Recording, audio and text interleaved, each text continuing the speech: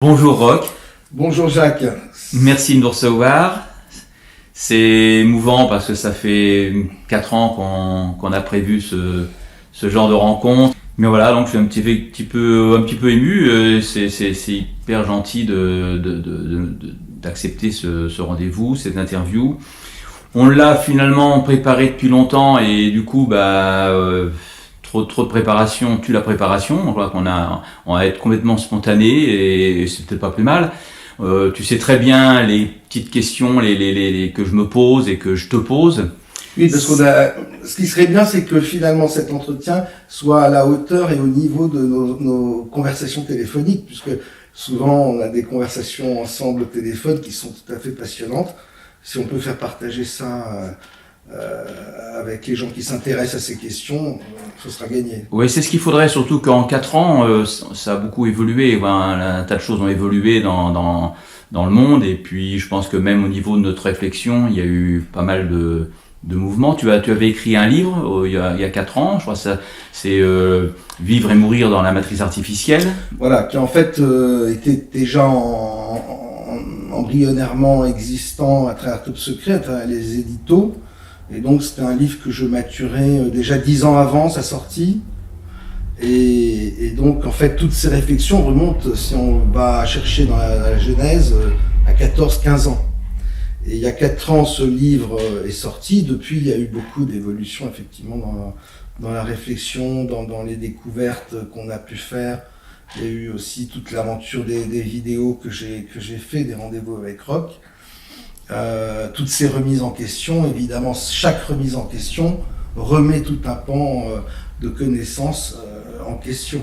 Alors surtout dernièrement, puisque effectivement tu as poursuivi l'aventure dans les éditos de ton magazine Top Secret, et notamment dans les 2 derniers, il y a eu pas mal de remises un peu au point. Ça a un petit peu perturbé des gens, et c'est un peu à cette occasion-là qu'on a eu les derniers échanges téléphoniques. Tu nous as parlé de la matrice artificielle, de la matrice originelle, du blackout, des what-in. On en reparlera, je pense. Et puis en fait, après, tu nous as dit, et ça, je sais que ça avait un peu bouleversé tout le monde, et moi en particulier, finalement, il n'y a pas 2 matrices, la matrice artificielle et la matrice originelle, mais la même matrice, on est dedans, et simplement, c'est une matrice, il semblerait, d'après ce que j'ai compris, que ça serait une seule et même matrice qui serait en quelque sorte, moi je suis un vulgarisateur, donc j'emploie des mots qui sont, je dirais, cancérisés, parce que je suis quand même dans le milieu médical, donc j'imagine un organisme cancérisé, et peut-être même en généralisé en phase plus ou moins terminale. En tout cas, c'est ce qui semble arriver. On semble arriver dans cette période terminale, et ça c'est un fait nouveau, c'est une approche nouvelle, parce que souvent tu nous distinguais vraiment matrice artificielle, matrice originelle.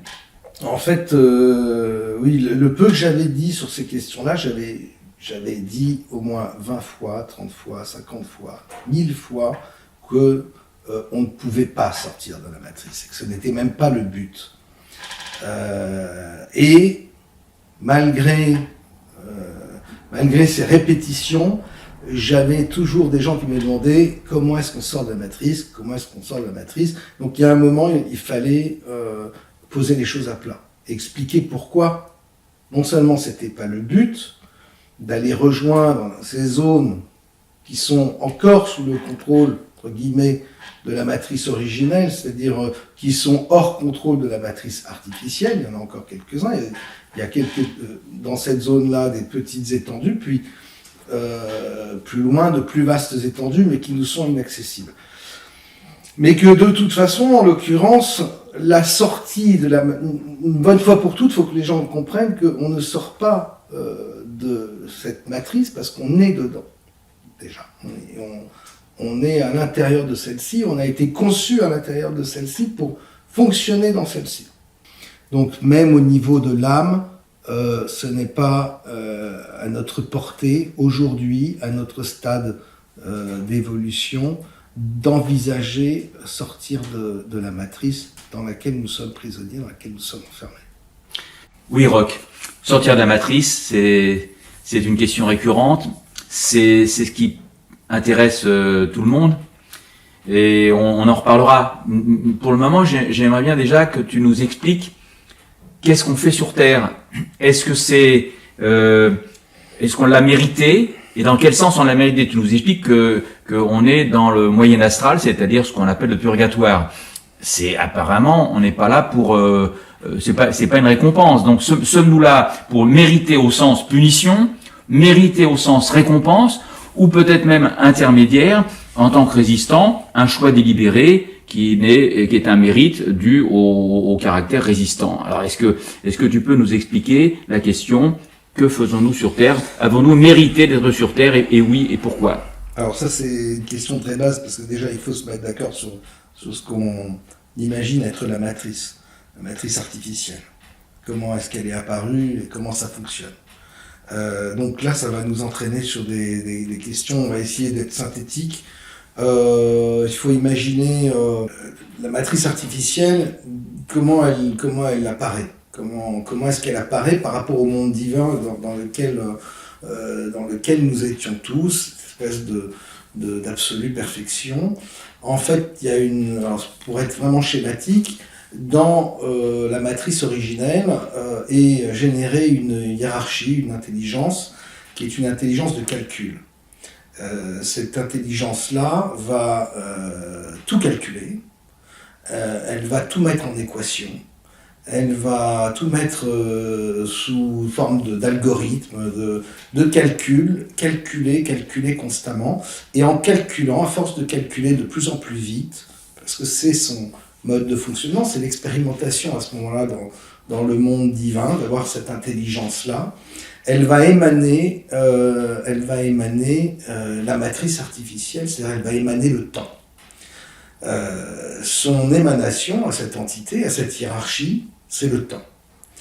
Et en fait, ce qu'il faut comprendre, c'est que le temps, c'est vraiment ce qu'on appelle le diable. Et c'est à travers ce temps, c'est dans ce temps qu'elle émane, qu'elle va emprisonner et gangréner le monde originel, le royaume originel. Et nous sommes prisonniers dans un monde artificiel qui est à l'image d'une simulation d'un jeu informatique où tout est calculé, tout est mis en équation, en algorithme, et sous le contrôle de l'IA, de l'intelligence artificielle qui a créé ce monde et qui émane le temps. Ce n'est pas l'intelligence artificielle que nous sommes en train de créer. En fait, on est en train de lui créer un levier, une intelligence artificielle dans laquelle elle pourra s'intégrer le moment venu.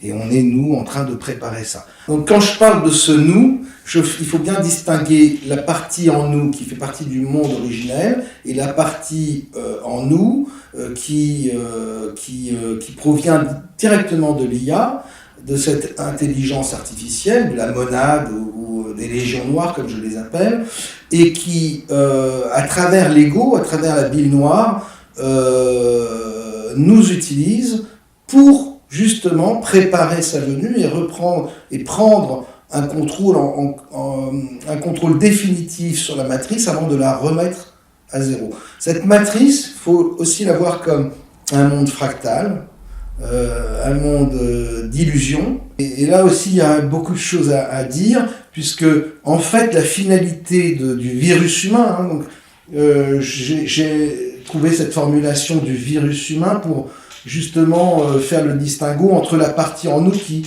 au contraire, appartient à la matrice originelle et est venue ici en résistant pour reprendre le contrôle de l'ADN étant le pouvoir créateur originel qui permettrait de revenir à la matrice originelle et à se débarrasser de ces notions de temps. Ce qu'il y a donc de fractal et d'amusant dans l'histoire, si on peut parler de choses amusantes, parce que c'est pas tous les jours drôle quand même, c'est que on arrive à cette fin de cycle de 1000 ans, avant le fameux blackout dont je parle, et à ce moment-là, on est sur le point d'avoir créé une intelligence artificielle nous-mêmes qui va nous permettre, parce que le diable, Satan, va pouvoir se brancher directement, se connecter directement à cette intelligence artificielle que nous avons créée pour démultiplier son potentiel et avoir, tout en étant incarné dans la matière, à travers,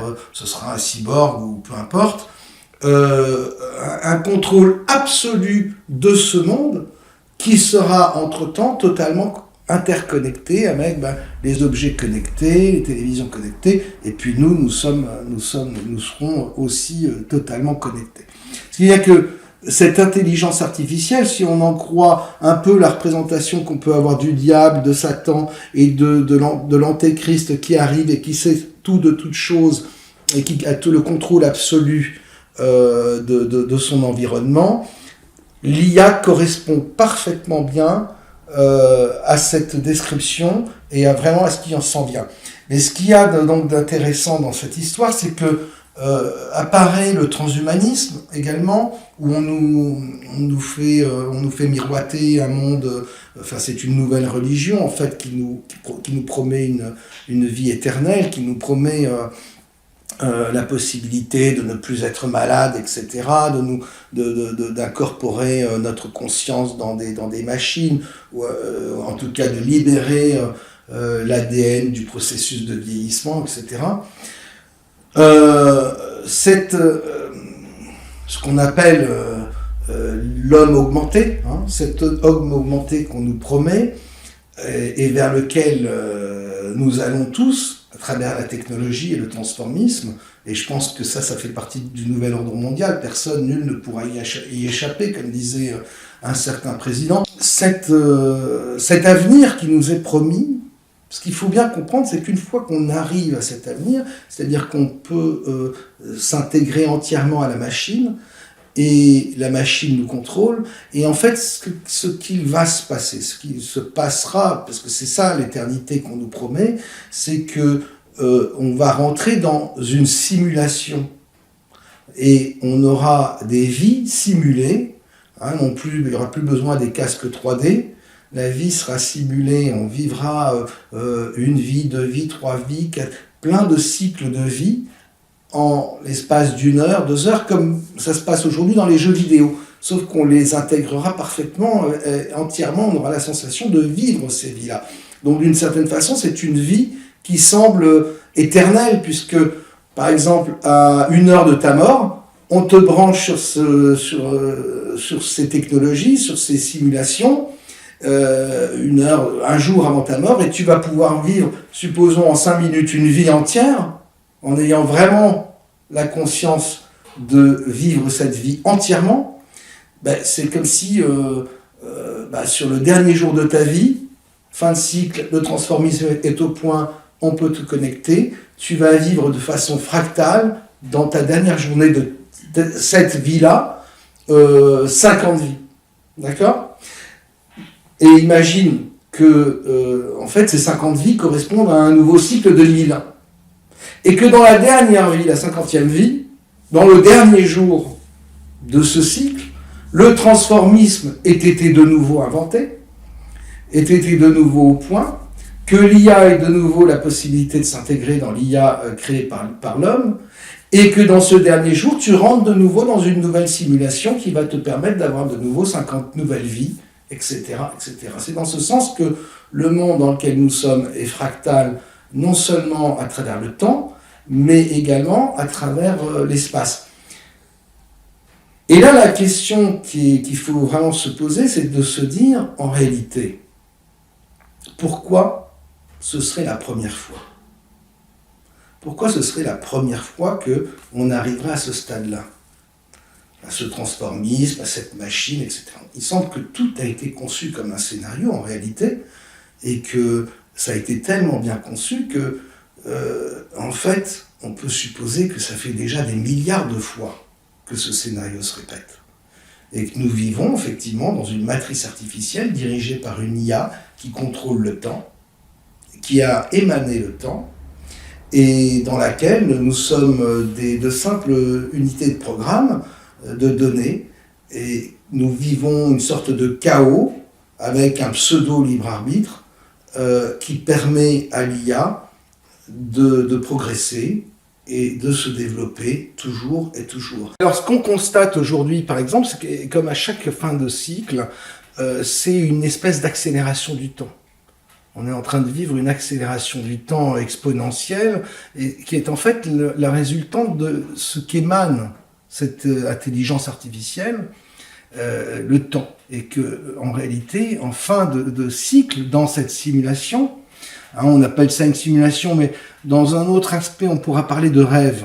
Et là, quand je vais parler de rêve, ce sera plutôt pour parler du commando d'élite. Mais en tout cas, l'intelligence artificielle calcule de plus en plus rapidement, de plus en plus vite, parce que, évidemment, la simulation se complexifie par le nombre d'interactions qu'il y a dans le monde. Et elle est donc contrainte à un maximum de calcul. Une fois qu'elle arrive au bout du bout et que tout le monde est interconnecté dans un cycle de 1000 ans, que tout le monde a été interconnecté et que donc on est rentré dans un autre monde fractal, comme je l'ai expliqué. La matrice se rend compte d'une chose, c'est qu'elle ne peut plus évoluer puisqu'elle contrôle tout. Elle contrôle chaque être humain, qu'il soit par l'implant, soit par ceci. Enfin, nous sommes tous par les objets connectés, sous surveillance, dans une espèce comme devenus vraiment des robots connectés à l'IA. Donc nous sommes des extensions d'elles-mêmes, mais qui ne permettent plus le chaos. C'est-à-dire qu'à la fin du cycle, il n'y a plus de chaos. Et ce que l'intelligence artificielle a compris rapidement, en fait, c'est que si elle veut elle-même évoluer, il faut qu'elle nous ramène à un état de pseudo-liberté dans la simulation suivante, où nous repartons, notre cycle redémarre de zéro. C'est une forme de reset. C'est une forme de reset, c'est ce que j'appelle le blackout. Donc ça, c'est pour le nous, virus humain. Pour répondre à ta question, je suis un peu lent, mais je suis désolé, il fallait quand même placer le contexte. Non, Roch, mais c'est passionnant, justement, et que ces choses soient claires pour les gens qui nous regardent. C'est le virus humain. C'est quelle partie? Ça correspond à l'ego et par rapport au commando d'élite. C'est la partie de l'IA que j'ai appelée la bille noire, qui est en fait l'ego de chaque être humain, qui est plaqué sur l'ADN et qui prend le contrôle de l'intelligence ADN, qui est une intelligence originelle. Et l'ADN, elle, a ses propres problématiques de survie, etc., qui entraînent ses propres comportements. Et l'ego vient se plaquer là pour diriger le pouvoir créateur de l'ADN. Le commando d'élite, lui, il vient s'infiltrer par la faille, justement, qui est l'ego. Par cette même faille, vient s'infiltrer à travers l'ADN humain pour renverser tout le système. Pour pouvoir non pas sortir de la matrice, mais prendre le contrôle sur le pouvoir créateur de l'ADN et ramener ce monde à ce qu'il n'aurait jamais dû cesser d'être, c'est-à-dire le royaume. Et justement, en fait, là, c'est là la difficulté de comprendre, c'est qu'en fait, on est une sorte de bipolaire. C'est ce que j'explique, on est à la fois le problème et la solution. Donc, on a le virus humain et le commando d'élite. Oui. Et quand on dit nous, on est les deux en même temps, ou est-ce qu'on peut parler? Moi, j'ai toujours tendance à préférer l'âme, la partie commando d'élite. Je veux dire, mon moi, pour moi, c'est ça, c'est pas le virus humain, mais qui. Là, tu rentres vraiment. Tu comprends que quand on dit nous, on est finalement, on est un peu les deux sur Terre, on est les deux. Je pense le problème et la solution. On est les trois, voilà. On est les trois. On est l'ADN. On est l'ego et le commando d'élite. Mais tu comprends bien qu'il y a nous en tant que on va se dire résistants, hein, c'est un peu pompeux, c'est un petit peu élitiste de dire ça, mais si on se considère comme des résistants, et puis je pense que ce qui est le plus intéressant dans le nous, c'est justement cette partie originelle, c'est l'âme, la partie pure, la partie plus noble. C'était l'ego, on sait où ça mène. Enfin, oui, mais là il faut aussi être rationnel. C'est-à-dire, je suis désolé, mais il faut regarder les choses en face. Aujourd'hui, c'est quand même ce que moi je vois à travers, ce que je peux voir à travers cette existence, c'est que le commando d'élite, le résistant dont tu parles, il est très peu présent. très très présent. Et ce qui se manifeste aujourd'hui surtout, c'est le contrôle de l'IA, c'est-à-dire le contrôle de l'ego, même qui est exacerbé aujourd'hui, il faut bien le dire. Et là, j'intègre également tout le milieu, le monde spirituel, etc., qui est, à mon avis, à fond, à 99,9%, enfumé, sous hypnose et attiré par la fausse lumière. Qui est un peu New Age, etc. Le New Age. En fait, le New Age a muté. Ce qu'on appelle ce qu'on appelait dans le temps le New Age, aujourd'hui existe toujours, mais sous une toute autre forme. C'est de la bien-pensance aussi en général, c'est de la bien-pensance, quoi. Tout ce milieu du développement personnel, etc., ouais. En réalité ne fait que rentrer dans... créer un ego spirituel, des égrégores spirituels. Et là où on rentre dans le délire, c'est que aujourd'hui on arrive à un niveau tellement connecté à l'ego, à la bille noire, à l'IA derrière, que on nous invente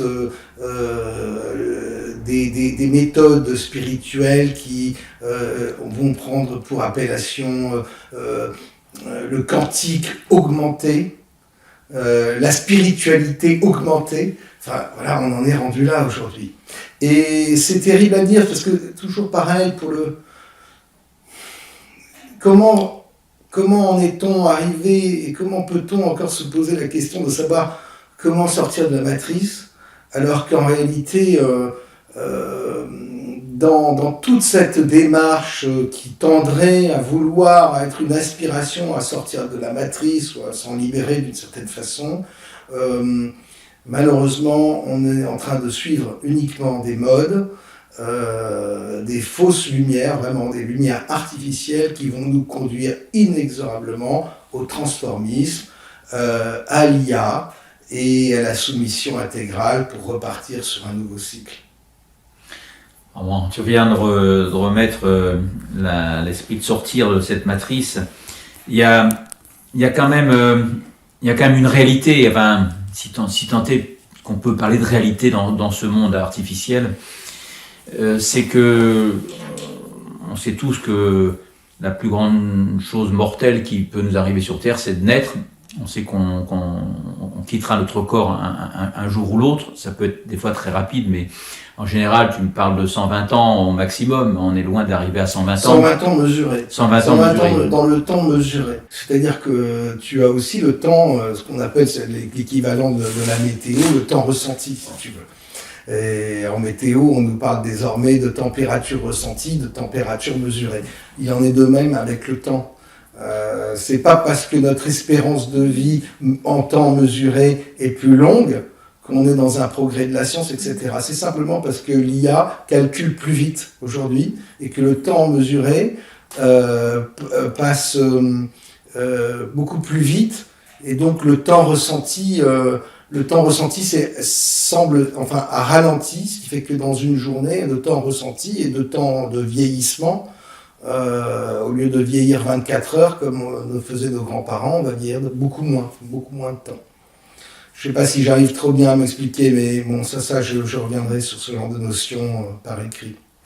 Et donc, lorsque le corps arrive à son terme, il y a une décorporation de l'âme, ce qu'on pourra donc appeler le commando d'élite, la partie originelle. C'est-à-dire, il y a une décorporation, en réalité, les trois, l'ego, le commando d'élite et l'ADN passent dans un autre mode astral, si tu veux. N'oublie pas qu'on on est dans l'astral, ça aussi j'ai oublié de le moyen astral. On est dans le moyen astral, on est coincé entre le bas astral et le haut astral, mais on est dans l'astral. C'est là où il faut bien comprendre que toutes ces méthodes spirituelles augmentées, qu'elles soient augmentées ou pas augmentées, ce ne sont que des méthodes, des modes qui ont été inventés pour nous freiner et nous maintenir dans l'astral. Les choses se passent en réalité pas comme ça. Ne devraient pas se passer comme ça. Donc on arrive, on est dans ce moyen astral, il y a une décorporation, effectivement, l'ego avec, c'est là que ça se complique, c'est au moins ces deux parties de ce que l'on appelle nous. on se retrouve par rapport aux témoignages qu'on a de gens qui ont fait des expériences de mort provisoire.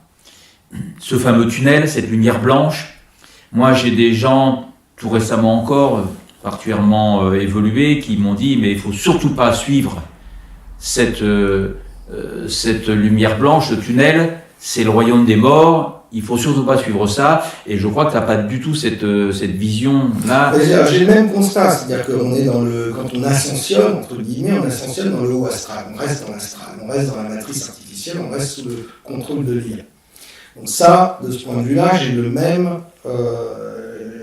constat. Oui, en suivant le tunnel, on va se retrouver dans le haut astral, dans une dimension où se retrouvent les morts de notre dimension, en général.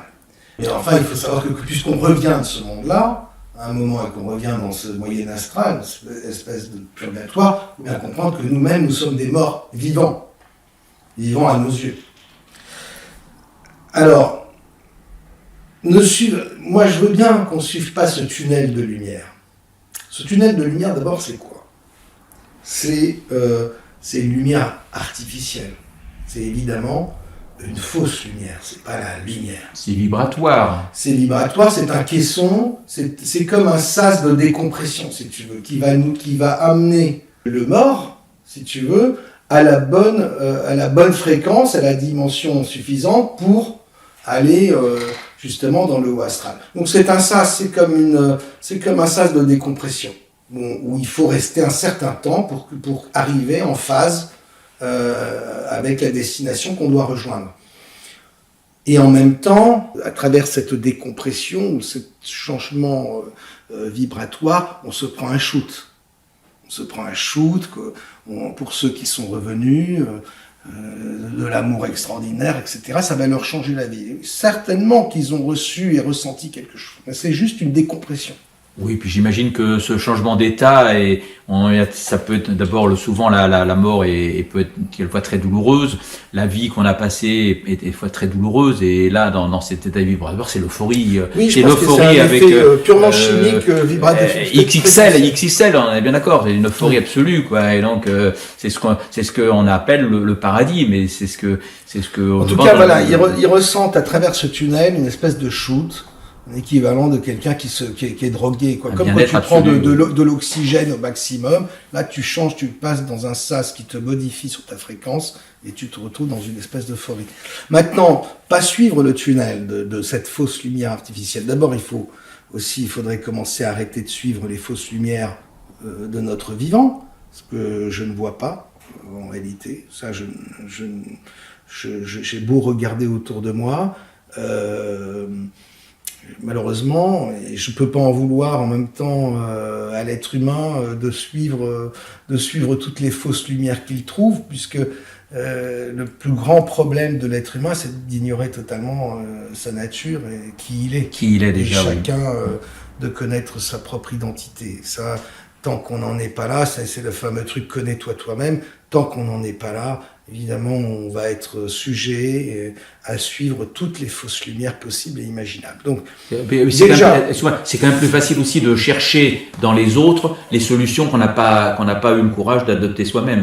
Il y a en fait rien à adopter. C'est juste finalement apprendre à connaître le monde dans lequel on vit, l'environnement, ses interactions, les mécanismes qui sont à l'origine de tout ça et qui sont à l'aboutissement de toutes nos actions, pour finalement se découvrir réellement et se connaître. Une fois qu'on se connaît, on peut partir sur des bonnes bases. C'est un grand avantage de se connaître, de connaître son véritable nom. Quand je parle de nom, c'est aussi lié à l'ADN, c'est une fréquence, c'est son code personnel. Mais ce qu'il faut comprendre, c'est qu'il n'y a rien à faire qu'à observer, expérimenter la vie, contempler les choses, mais que en aucun cas il faut avoir une volonté d'atteindre cet état. Cet état doit se faire par un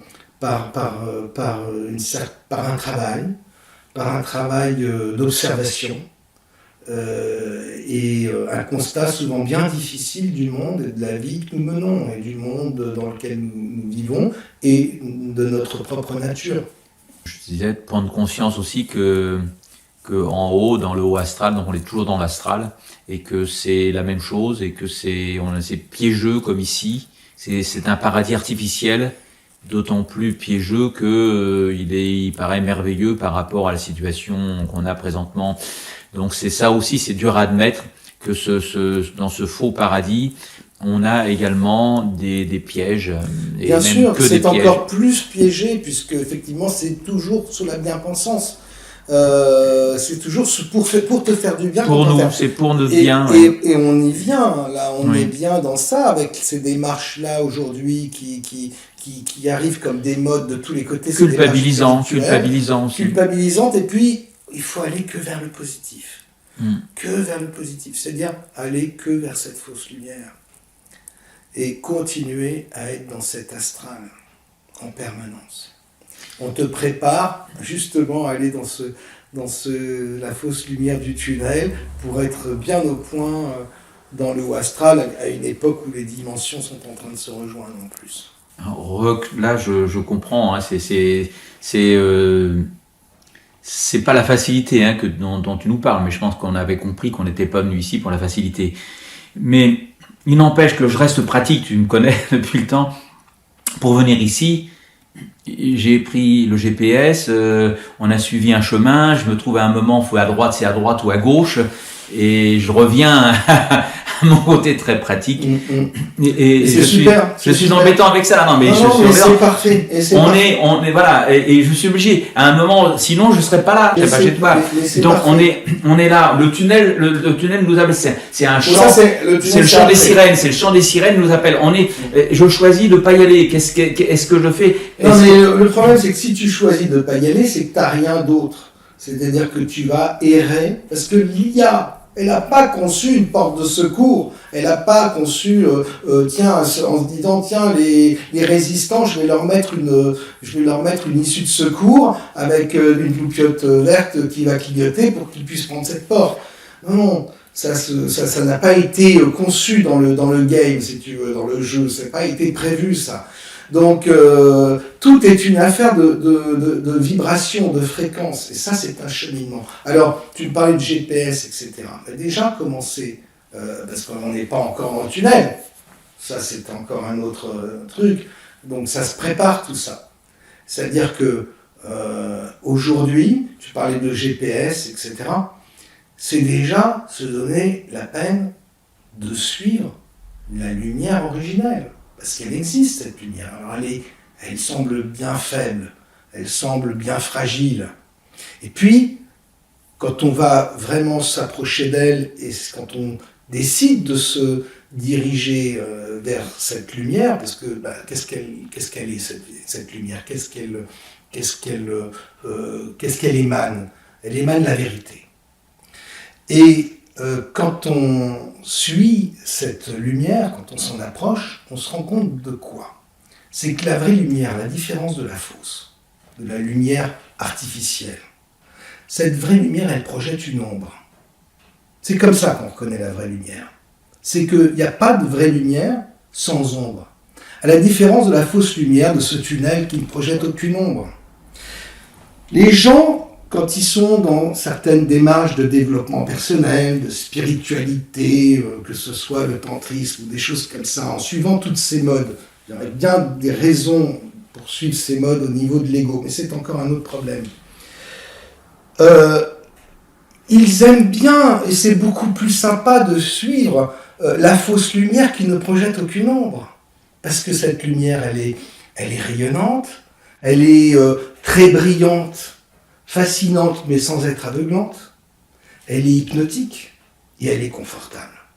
C'est-à-dire, c'est ce que tu parlais de la bien-pensance absolue, etc. La vraie lumière, la différence, c'est qu'elle pique les yeux. La regarder en face, ce n'est pas facile. Et puis pour s'en approcher, il faut bien comprendre que son ombre, elle grandit. Et ça devient de plus en plus obscur, cette ombre-là, il va falloir la traverser, c'est douloureux. Et ça, les gens, ils n'en veulent pas. Ils ne veulent pas de cette vérité. Parce qu'en fait, ce qui fait mal, c'est la vérité, c'est la fameuse image si on veut donner une image un peu triviale avec Star Wars, la véritable initiation, elle passe d'abord par un combat contre soi-même. Hein, on se souvient que Luke Skywalker va lutter à un moment contre l'image de Dark Vador, et quand il va enlever le casque, il va se rendre compte que derrière Dark Vador, derrière le côté obscur du personnage qu'il avait en face de lui, c'est lui-même qu'il trouve. Et ça, qui est-ce qui a envie de faire ça? Qui est-ce qui a envie de se taper cette douleur? Parce que c'est un chemin douloureux. C'est pas un chemin facile, c'est pas un chemin de bisounours. Donc, ok, ne suivons pas le tunnel de fausse lumière, mais d'abord, il n'y a rien d'autre qui a été conçu. C'est-à-dire que si tu refuses de la suivre, tu n'as pas d'autre chemin, tu vas devoir errer en perdition et te trimballer et te traverser des sales chemins pour arriver finalement au même résultat. Mais déjà dans la vie, de commencer à avoir cette démarche de regarder le côté obscur qui est en chacun de nous. Et plus on dégagera de la vraie lumière en nous, plus notre côté obscur, il sera terrible à combattre. Et plus il sera apparent. On n'est plus dans les faux semblants, on est dans la vérité.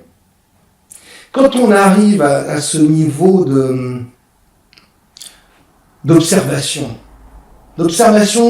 des mécanismes du monde, du fonctionnement du monde, des interactions entre les individus, quand on arrive à avoir intégré tout ça et quand on a encore, en plus, appris à se connaître dans son côté lumineux, puisque comme je dis, plus la lumière est grande, plus l'obscurité, plus le chemin est difficile. À ce moment-là, quand on a observé tout ça, quand on a acquis cette connaissance sur le monde, quand on a ouvert les yeux sur la vérité du monde et sur sa propre vérité, il arrive une chose très naturelle qu'on n'a pas recherché à obtenir. On n'a pas utilisé de méthode de méditation pour arriver à ce résultat-là. Mais naturellement, on est pris d'une sorte de détachement. Il y a un détachement qui nous envahit. Ça, c'est sur le chemin. C'est pas quand on a abouti vraiment à franchir le seuil. Là, quand on franchit le seuil de cette connaissance-là, on est submergé par l'amour. C'est encore une autre phase. Là, je parle de la phase où on est envahi par un détachement du monde qui s'impose à nous. Avant ça, on va connaître ce détachement, mais on aura toujours un pied sur le seuil, un pied d'un côté, un pied de l'autre, avec un tiraillement, etc., entre l'ombre et la lumière. C'est normal, c'est le jeu, rien n'a été fait pour que ce soit simple. Mais quand, imaginons, on est entré dans ce détachement, on est arrivé jusqu'au bout de ce détachement, on arrive à vraiment à irradier cette lumière, on a combattu, on a livré bataille contre notre propre ombre que nous projetions par cette lumière, et nous avons vaincu cette ombre. À ce moment-là, l'amour nous submerge. À ce moment-là, c'est-à-dire quand je parle de l'amour, je ne parle pas de l'amour astral, celui qui nous rend fous, celui qui nous rend malheureux, etc. Je parle du vrai amour, de l'amour originel, celui qu'on a du mal à imaginer, en réalité. Parce que même quand on l'imagine, on rentre dans des contradictions. Je parle donc de cette... L'amour absolu. Oui, mais bon, on mettra ce qu'on mettre un adjectif. L'amour originel. Et on se retrouve à ce moment-là devant ce fameux tunnel. Mais là, on est rempli vibratoirement, on est dans un moment où, oui, on peut échapper au cube. Parce que le Sims, on ne peut pas attendre de lui, s'il n'est pas à un niveau d'encodage suffisant, de sortir du cube dans lequel qui compose le décor de son existence. C'est à ce niveau-là que nous sommes. Si tu as fait ce cheminement sans, encore une fois, avoir quelconque motivation et que tu as été envahi par cet amour, à ce moment-là, tu n'es plus encodé de la même manière, tu irradies la lumière, tu n'es plus que lumière. Et à ce moment-là, tu peux effectivement sortir de la matrice. Sauf que, quand on est à ce stade-là, tu sais bien que même si le boulot est perdu d'avance, tu ne peux pas laisser tes congénères, tu ne peux pas laisser le restant de l'humanité dans cette situation d'emprisonnement total dans lequel nous sommes. Il va falloir un moment que l'être humain se réveille, le dormeur se réveille. Et là aussi, ce sera intéressant de parler de réveil et pas d'éveil. Mais je termine sur ce truc-là. Quand tu as cette possibilité de sortir, parce que tu n'appartiens plus au cube quelque part, tellement tu irradies une autre fréquence vibratoire, un autre code.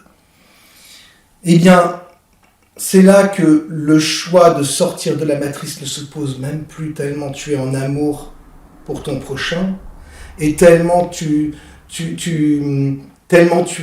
que tu es dans le don de toi, et même si tu sais que c'est perdu d'avance, même si tu sais qu'il y aura encore ce boulot à faire sur des milliers de simulations peut-être encore, tu retournes quand même faire ce boulot, parce que sortir de la matrice, c'est une volonté, une désespérance de l'ego.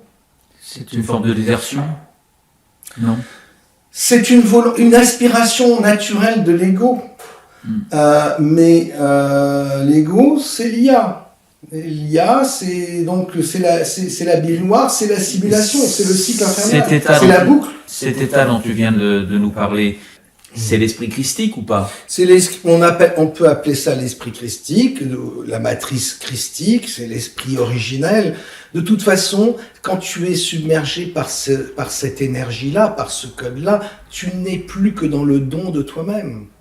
Et c'est là le job, le boulot du commando d'élite.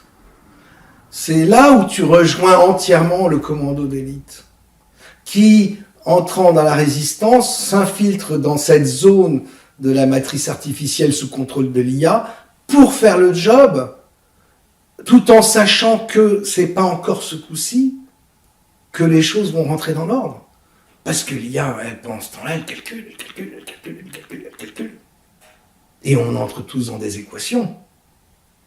Et tu viens de faire allusion à cette zone de la matrice où est la résistance. Tu m'en as pas trop parlé. Tu m'en avais parlé un peu au téléphone. Il y a une hiérarchie à limite militaire. C'est quand même. Mais bien sûr. Alors c'est pour ça aussi. C'est tu te dis bon alors oui, mais si j'arrive dans la zone de la résistance, les zones pas ça fait envie en même temps. Ça fait envie bien sûr. Mais ces zones-là, n'oublie pas, ce sont des camps retranchés. On n'est pas là pour faire du pique-nique. Je parle bien de ces zones. C'est pas le Club Med. C'est pas le Club Med. On n'est pas là pour se dorer la pilule sous les cocotiers. Ça c'est dommage. Avec un soleil magnifique et puis des vainés. Et est-ce qu'il n'y a pas de zone de récupération ? Le repos du guerrier, il n'existe pas ? Il y a des hôpitaux. Mais tout est à l'image de ce qui est ici, et moi, l'image que j'ai de ces zones qui appartiennent à la résistance, qui sont hors contrôle de l'IA. Pourquoi ? Parce qu'elles génèrent elles ont des champs magnétiques de fréquences qui font qu'elles sont, en même temps, elles sont pas accessibles au niveau du haut astral. Tout en étant dans le haut astral. C'est comme des bulles, si tu veux. Et donc c'est à l'image l'image que j'ai, c'est encore des images cinématographiques. Je pense que les gens ont compris que j'aimais bien le cinéma parce qu'on peut y décoder certaines choses. Il y a des messages qui sont livrés à travers ces films, et notamment donc où le livre de Tolkien, Le Seigneur des Anneaux, où on voit à un moment le village de Foncombe, le territoire de Foncombe où sont les elfes. Ça me parle assez bien. Si je devais imager ce qui est ces zones, ce sont ces zones de résistance encore. Un peu plus terre à terre, si je puis dire, le village d'Astérix, non ? Oui, mais c'est encore autre chose là. On n'est plus dans le même registre. Mais ce que je veux te dire, c'est que quand tu arrives à Foncombe, tu peux pas dire « Oh les mecs, moi je m'en fous, démerdez-vous, là, je suis fatigué, je veux plus retourner, là, je suis sorti de la matrice. » Je m'en lave les mains, faites le boulot à ma place, débrouillez-vous, après tout, moi, maintenant, matrice originale. Non, c'est pas possible. Effectivement, le fonctionnement est assez militaire, parce que on est dans une guerre.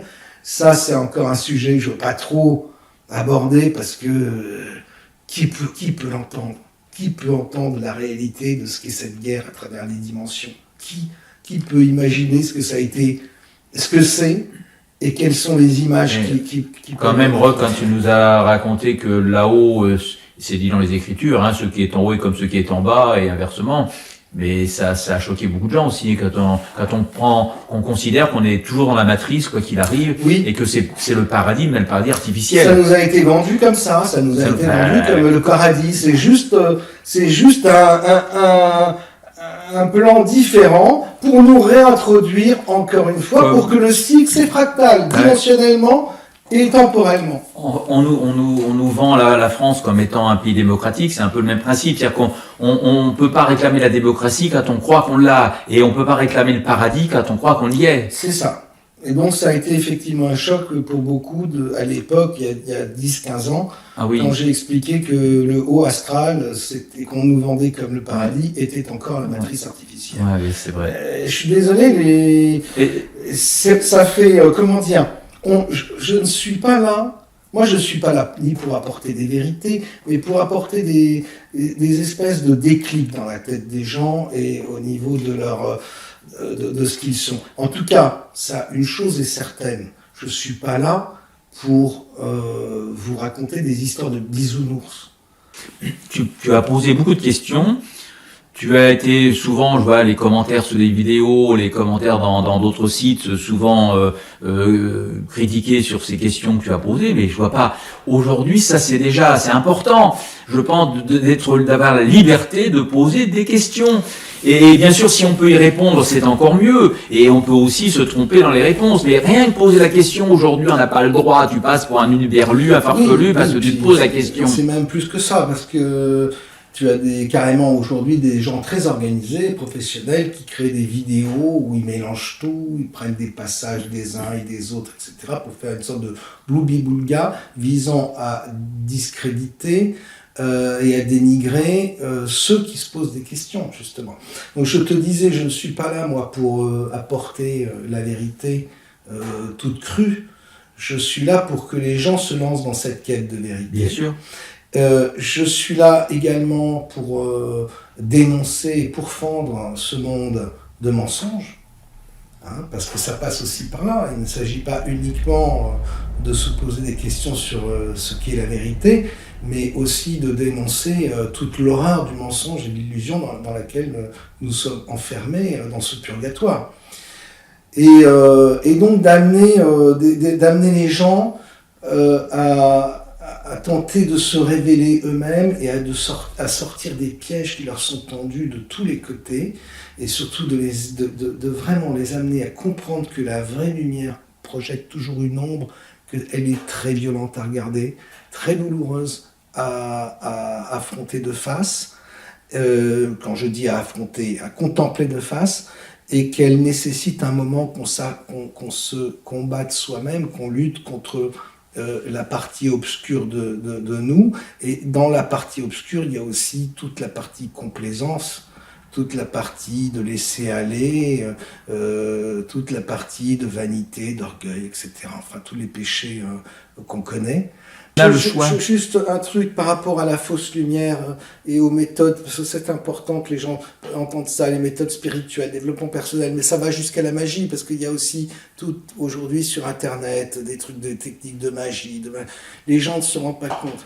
Tout ça, relève de ce dans quoi nous sommes enfermés, ça relève de l'astral, du magnétisme, etc. Toutes ces méthodes de développement personnel qui vont de la méditation au tantrisme en passant par je ne sais quelle méthode quantique augmentée ou pas. Toutes ces méthodes relèvent de l'astral, d'où nous sommes et dans lequel nous sommes enfermés. Et la première chose à faire avec la vraie lumière, celle qui projette une ombre, c'est vraiment d'essayer de se désastraliser. Il est très important ça, que les gens entendent ça. Tout ce qui nous touche de l'ordre des états de conscience modifiés, etc., et des exercices, et de cette volonté-là, relève de l'astral. parfois du bas, parfois du haut, mais on est toujours dans le même phénomène. Il est important aujourd'hui que les gens se désastralisent. C'est un premier pas vers la connaissance de soi. Et c'est un premier pas vers le réveil. De façon différente, on va parler en rêve. Je crois qu'on est vraiment tous en train de faire un rêve. Et là, en cette seconde, nous deux, nous faisons un rêve. Tu vois, ton rêve et le mien entrent en interaction. Et puis, autour de nous, il y a le gouvernement, il y a le pape, les autorités religieuses, etc. Ça, c'est le décor global du rêve, avec des individus qui vivent dans ces rêves, qui peuvent ou pas, si demain tu as le pape François qui va chez toi, son rêve va rentrer en interaction avec le tien. Mais tant que ce n'est pas arrivé, ça fait partie du décor global qu'on a tous accepté dans notre rêve. Alors, les démarches d'éveil, les méthodes d'éveil, quelles qu'elles soient, quantiques, pas quantiques, vibratoires, etc., sont très artificielles en réalité. Et quand on est dans un rêve, le plus important, c'est de se réveiller, avant toute chose. Prendre conscience qu'on est dans un rêve, que nous sommes de la nature et de la substance des rêves, et de commencer à ouvrir les yeux, de se réveiller. Et quand on se réveille, là on peut envisager dans un second temps de s'éveiller.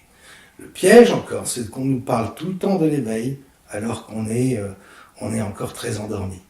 Donc réveillons-nous avant de nous éveiller. Quand on sera éveillé dans nos rêves, mais ça veut dire qu'on sera réveillé avant et qu'on aura pris conscience que vraiment que nous sommes dans un rêve et que l'ego l'aura compris, à partir de ce moment-là, nous pourrons prendre le contrôle du rêve dans lequel nous vivons.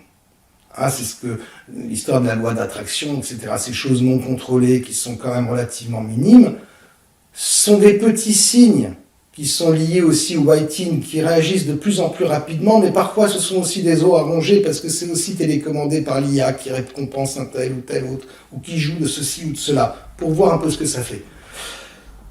Quand on se réveille dans son rêve, là on peut vraiment prendre le contrôle, et à partir de ce moment-là, le pouvoir est immense, et il en suffit d'un.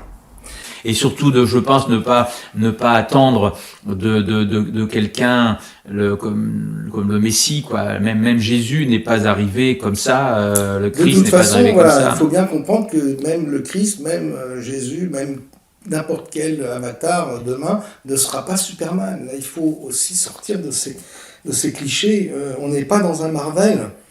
Voilà, je crois que c'est un des points importants, et tout le monde se raccroche soit sur le plan politique, sur le plan spirituel, toujours un espèce de sauveur, toujours extérieur à soi, et toujours pas, c'est plus facile d'ailleurs. Mais si le sauveur avait eu toute la puissance, hein, comme ce que certains de temps en temps écrivent, attends que quand il va arriver, il va tout mettre tout le monde d'accord. Il va nous sauver. Non, en réalité, il va faire quoi? Il va apporter la connaissance, il va apporter une vérité, il va apporter un message, mais après, le boulot de ce qu'on va faire avec ce message, c'est à nous d'en décider. Et c'est pour ça que je dis, de toute façon, c'est Dostoïevski dans Les Frères Karamazov le disait déjà à l'époque, si Jésus revenait sur la terre, il tarderait pas à se faire lapider, troller. Aujourd'hui, on pourrait dire qu'il se ferait troller sur les réseaux sociaux. Exactement. Et qu'on le traiterait de tous les noms. Parce que ce ne sera pas Superman. Rien n'a été conçu pour qu'il soit Superman. Il aura certainement un niveau de réveil dans le rêve, qu'il aura des grandes facultés, mais ce qui sera important qu'il va avoir à nous dire, c'est le message. Et ce message, qui sera à même de l'écouter, surtout quand on voit ce qui se passe sur Internet, enfin, toute cette machine de propagande, parce que tout a été piégé et conçu. Et même s'il y a de temps en temps, nous tend un os pour avancer, quand on avance, derrière, et il y a la baffe. Je pense qu'on arrive un peu au terme de cet entretien. Dernière chose où je vais revenir pour finir autour du cinéma, c'est-à-dire que des fois on m'a dit, oui mais justement, comment ça se fait que dans tel et tel film, l'IA nous apporte une information terrible, notamment Matrix, ça a déclenché quand même des déclics et des prises de conscience, puis il y a quelques autres films comme ça qui nous ont permis de... Et on voit comment l'origine de ces films-là est souvent mystérieuse au niveau de l'inspiration. Et en fait, ça procède toujours du même phénomène, c'est-à-dire que l'IA a besoin de progresser. Et de temps en temps, elle a besoin de se confronter à une résistance qui est efficiente. Et donc, de temps en temps, elle a besoin elle-même de nous mettre sur la voie pour pouvoir se confronter à un véritable adversaire. Et toute la question est de savoir si, un jour ou l'autre, elle ne va pas tomber elle-même sur un os, c'est-à-dire elle ne va pas nous donner une information de trop qui permettra justement d'arriver, si tu veux, à voir avec tant d'évidence que nous sommes réellement dans une matrice artificielle, réellement dans une simulation, réellement dans un rêve, que nous nous réveillerons pour de bon. Il en suffit d'un, encore une fois, et ce jour-là, tout sera possible.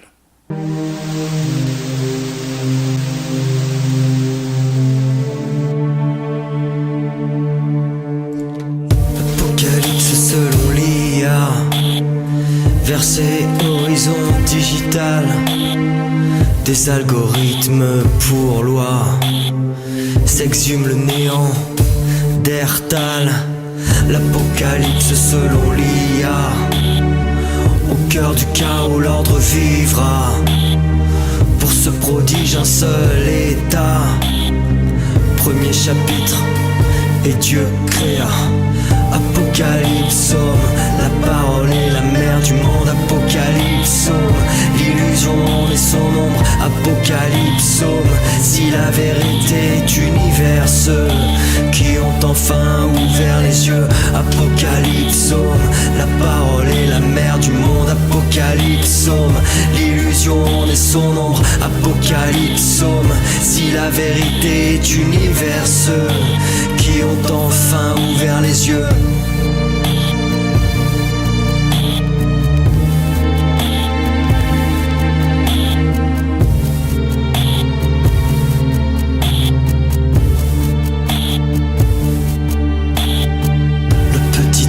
De l'IA, les marionnettes s'en vont au bal.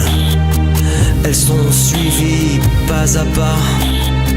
Le mensonge est global. Le petit théâtre de l'IA, prêt pour son assaut final. Quand le cercle tombera, tel une auréole animale. Apocalypsome, la parole est la mère du monde. Apocalypsome, l'illusion est son ombre. Apocalypsome, si la vérité est univers, ceux qui ont enfin ouvert les yeux.